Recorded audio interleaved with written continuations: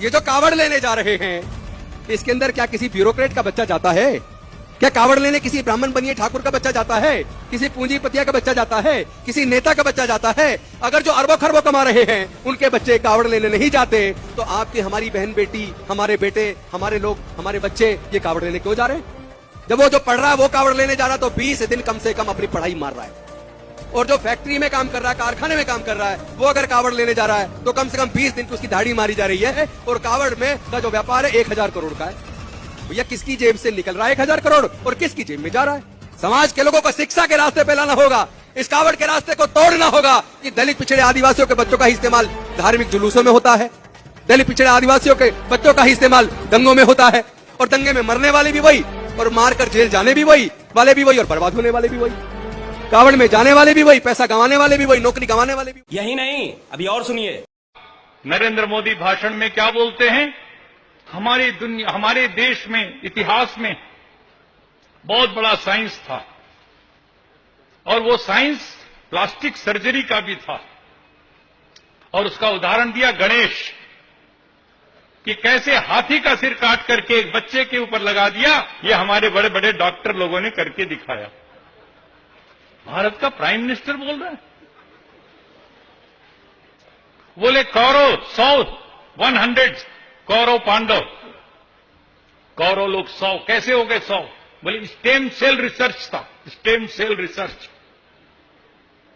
इतना झूठ, इतना पाखंड, अंधविश्वास भारत का प्रधानमंत्री उसका प्रचार कर रहा, इससे देश रसातल में जाएगा। जब आप जाते हैं नेपाल एज प्राइम मिनिस्टर, आप 2 घंटे तक मंदिर के अंदर, पशुपतिनाथ मंदिर के अंदर घुस करके पूजा करते हैं, ऐसा सब डाल करके माला फाला त्रिपुंड। तुमको पंडागिरी करना है तो जाओ वहां पर पंडागिरी करो। प्राइम मिनिस्टर की कुर्सी पर बैठ करके ये काम नहीं कर सकते आप बांग्लादेश जाते हैं, ढाका, ढाकेश्वरी के मंदिर में आरती उतारते हैं आप।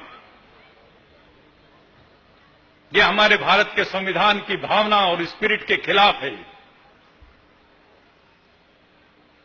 मैंने उसके खिलाफ स्टेटमेंट दिया, देहरादून में प्रेस कॉन्फ्रेंस करके मैंने कंडेम किया इसको। मैंने कश्मीर में, श्रीनगर में खड़े होकर के कहा, अमरनाथ, अमरनाथ बहुत बड़ा तीर्थ यात्रा जाता है। आपके इधर सबरीमला वाले जाते हैं ना, सबरीमला, अय्यप्पा अय्यप्पा, यह भी अंधविश्वास है सारा का सारा। ये तिरुपति भी अंधविश्वास है और ये अमरनाथ भी अंधविश्वास है। मैंने श्रीनगर में कहा, मुझे टेलीविजन वालों ने पूछा कि स्वामी जी इस बार अमरनाथ की तीर्थ यात्रा को सरकार ने 15 दिन कम कर दिया, तो आपको क्या रिएक्शन देना? मैंने कहा 15 दिन क्यों कम किया, इसको पूरा कम कर देना चाहिए, खत्म कर देना चाहिए। बोले क्यों? वो तो बर्फानी बाबा हैं, वो तो शिवलिंग है। मैंने कहा वो कोई शिवलिंग वगैरह, कोई परमात्मा कोई नहीं है। वो तो 13,500 फुट पर हिमालय में पानी ऊपर से टपकता है तो नीचे से बर्फ ऐसे बन जाता है। हम तो भूगोल में पढ़ते थे, स्टेलेक्टाइट, स्टेलेग्माइट बोलते उसको, नीचे से ऊपर जो बरस जाता है और ऊपर से जो नीचे लटक जाता है।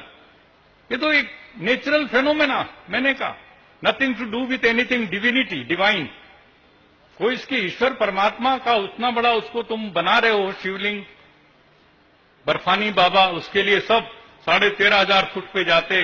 गवर्नमेंट को इतना इंतजाम करना पड़ता है, करोड़ों करोड़ों रुपया सेना लगानी पड़ती है सुरक्षा के लिए। ये सब धोखा है, पाखंड है। मैंने ये कह दिया। मैंने ये भी कहा कि एक बार यात्रा शुरू होने से पहले वो सारा का सारा शिवलिंग ग्लोबल वार्मिंग में पिघल गया, वो गायब हो गया। तो governor general SK. Sinha governor थे, वो हेलीकॉप्टर में आर्टिफिशियल आइस लेकर के गए और उसको बना करके, ताकि भगत लोग आएंगे तो उनको सचमुच का एक शिवजी मिलना चाहिए। ये क्या है? ये सरकार का काम है। कुंभ का मेला लगता है, हरिद्वार में लगता है, इलाहाबाद में लगता है, आपके पड़ोस नांदेड़ में लगता है, अभी गोदावरी का भी क्या क्या मनाया, लोग मर जाते हैं उसके अंदर, भगदड़ मचती है। मैं हर बार जाता हूं कुंभ के मेले में, 500,000 लोगों को लेकर के मैं पूरे यात्रा निकालता हूं, नारे लगाता हूं, इश्तहार बांटता हूं, कोई गंगा में डुबकी लगाने से पाप नहीं धुल सकता। और गंदे नदी में, नाले में आप पानी में डुबकी लगाओगे तो बीमार हो जाओगे। तो रुको जरा, सबर करो। नाद सुनाते हैं चेला के, परम प्रकाश दिखाते। मैंने लिखा बाल जुगेश्वर और सतपाल जी दोनों हैं सहोदर भाई, अब फैक्ट्री दोनों की अलग अलग है, वस्तु एक के बनाई। दोनों भाई का शब्द, सारा लोग शब्द के जाल में ही दुनिया को फैला के रखा है। शब्द क्या कहते हैं, नाम दान ले लो। नाम क्या है, व्हाट इज नेम, नाम क्या है जो हम दान में ले लें। बाल योगेश्वर जी का 4 गो नाम है, शब्द ब्रह्म, अमृत ब्रह्म, ज्योति ब्रह्म और नाद ब्रह्म। नाद क्या है, आवाज। आवाज किसको कहते हैं, साउंड। साउंड कहां से आ रहा है, जब तक बिजली का लाइन है तो आटा चक्की चल रही है, धनकुट्टी चल रही है, तेल की पेराई हो रही है। अब मशीन का आवाज धक धक धक धक धक धक धक धक, या तेल के मशीन का हॉलर का आवाज हो रहा है, और लाइन कट जाए तब आवाज होगा। उसी प्रकार से आत्मा ने शरीर को सत्ता दिया है, तो नसों का झनकार और वायु का विकार, इसमें आवाज हो रहा है। उसी नाद को सुना के कहता है यही तेरा परमात्मा, यही नाद तेरा परमात्मा है। Tulsidas was the pleader of Ram and Surdas was the pleader of Krishna, but Sadguru Kabir was the pleader of soul. Tulsidas ji सगुण ब्रह्म राम का वकालत करते हैं। आज भी लोग माटी, पत्थर, शीशा, अष्ट धातु, तंबा, पित्तर के राम सिया बना के पूज रहे हैं। सूरदास जी राधा कृष्ण का वकालत करते हैं। आज भी लोग माटी, पत्थर, तंबा, पित्तर के राधा कृष्ण बना के पूज रहे हैं, बट सदगुरु कबीर, लेकिन सदगुरु कबीर ने इस आत्मा का वकालत किया है जो तीनों काल का दृष्टा है, जो तीनों काल में सत्य है, जिसमें तीनों काल में कोई परिवर्तन नहीं होने वाला। बंधुओं, नाम का जाप, मैं इसी पंथ में था पहले, हमारा तो उम्र बिता दिया लोगों ने। मेरा उम्र बीत गया, 40 वर्ष तक नाम बला के चक्कर में हम रह गए घूमते हुए। अंत में एक नेपाल का साधु हमको मिला, हमसे कहा कि कभी इलाहाबाद गए हैं। हम कहा कि नहीं, तो इस बार चलिए। वहां गए और साहेब जी, अभिलाष साहेब जी मंच पर आके बैठे और उनका विचार मैं सुना, और उसी समय मैं परिवर्तित हो गया, मुझ में परिवर्तन आ गया। उस पंथ को मैं छोड़ दिया और आचार्य श्री धर्म स्वरूप साहब के सानिध्य में मैं पूर्णिया पहुंच गया। तब से मैं समझता हूं कि मेरा जीवन कल्याण हुआ, और नहीं तो नाम वाले लोग तो हमको रसातल में लेके रख देते। बंधुओं, नाम की बड़ी दुहाई चल रही है। नाम जाप करने वाले रामपाल जी हैं, नाम तो दिया इन्होंने मुक्ति पाने के लिए। चेला को भवसागर से बेल हो जाएगा इनके नाम से। नाम पता है इनका 7 नाम है, हरियम, किलियम, सोहम, सत्यम, ओम, निरंजन, सतनाम। गिन लिए 7 हुआ। इन नाम से चेला को भवसागर से बेल होगा और गुरु जी को जेल होगी। गुरु जी कहाँ है, रामपाल जी कहाँ है, जेल में। राम रहीम सिंह ने 3 मंत्र दिया है, सतपुरुष, अकाल मूरत, शब्द सने ही राम। इससे चेला को भवसागर से बेल होगा। और गुरु जी कहाँ है, आशा राम जी ने मंत्र दिया मुक्ति पाने के लिए, ओम भूर्भुवः स्वः तत्सवितुर्वरेण्यं भर्गो देवस्य धीमहि धियो यो न प्रचोदयात्। इससे चेला को भवसागर से बेल होगा। और दोनों बाप बेटा कहाँ है, खिचड़ी खा। नाम बता बता करके पहले मैं, कबीर साहब कहते हैं बीजक से शब्द हमारा, शब्द कहां से निकला? आत्मा से। अब तू शब्द का, साहब कबीर कहते हैं शब्द हमारा गुलाम, आई दुनिया वाला शब्द का गुलाम। सारे लोग रटने, शब्द रटने की चीज नहीं है, शब्द माध्यम है, शब्द हमारा मंजिल नहीं है, मंजिल हमारा साधना है। और शब्द क्या है? माध्यम है शब्द। बंधुओं, शब्द का जाप, एक सुग्गा आकाश में उड़ रहा है और एक सुग्गा पिंजरा में बंद है। सीताराम कौन सुग्गा जापता है, आकाश वाला की पिंजरा वाला? पिंजरा वाला को छुट्टी मिला, किले में मर गया बुढ़ा के। सीताराम जपते जपते पिंजरे में बुढ़ा के बेचारा मर गया। और जो स्वतंत्र रूप से आकाश में उड़ रहा है, जहां मन में आवे वहां जा रहा है, और जो मन में आवे वो खा रहा है, कहियो सीताराम नहीं। एक साधु बाबा थे, एक सुग्गा रखे हुए थे, सुग्गा को दिन पढ़ाते थे, मिठो कहो सीताराम। तो सुग्गा पढ़ता था सीताराम, पढ़ते पढ़ते 12 बरस बीत गया। सुग्गा तो तंग आ गया, कहा कैसा अभागा ये बाबाजी है, सीताराम पढ़ाते पढ़ाते हमारा दिमाग ही खाली कर दिया। सोच ही रहा था सुग्गा। अब मठ थे, रंजीत साहब के मठ है, तो देखिए संत लोग बराबर आते जाते, मठ था, आश्रम था, संत लोगों का आना जाना लगा रहता था। एक संत जी आ गए मठ में, तो पहले वाले संत जी ने कहा कि ये बाबा आप जाइए सुग्गा को सीताराम पढ़ाइए, पढ़ा दीजिए जाके, अब मैं पंगत बनाता हूं, सीताराम पढ़ा के आइए, अब दोनों मूर्ति पंगत करेंगे, विश्राम करेंगे। साधु सोचा हल्का काम तो हमरे दिया है बाबा जी। चले गए वहां, और जाके वहां कहते हैं मिठू कहो सीताराम। सुग्गा कहा रे पगला, ये वो पगला तो 12 बरस से दिमाग चाट गया हमारा। तू कहां से आया है, ये सीताराम से क्या होता है? तो साधु कहा सीताराम पढ़ने से मानव भवसागर से पार हो जाता है। सुग्गा कहा चुप, बेवकूफ कहीं का, 12 बरस से सीताराम पढ़ते पढ़ते एक पिंजरा से हम पार नहीं हुआ, ये भवसागर पार कर रहा है। ये आया है भवसागर पार करने। जाते हो कि नहीं जाते हो मेरे नजर के सामने से? साधु समझ गया, कहा के मिठू आज मैं तुमको पिंजरा से पार करूंगा। आज तक तुमको कोई थ्योरी का ज्ञान दिया, प्रैक्टिकल ज्ञान नहीं दिया।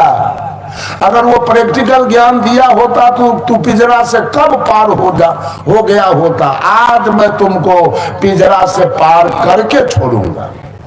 सुग्गा कहा आज ही तेरा सदमुआई मैं देख लूंगा।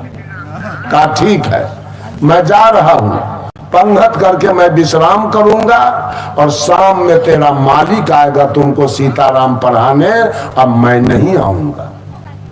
और तुम्हारे मालिक को मैं देखा है खराम पहने हुए, वो खराम पहन के आएगा तुम्हारे पास नाम जपवाने के लिए।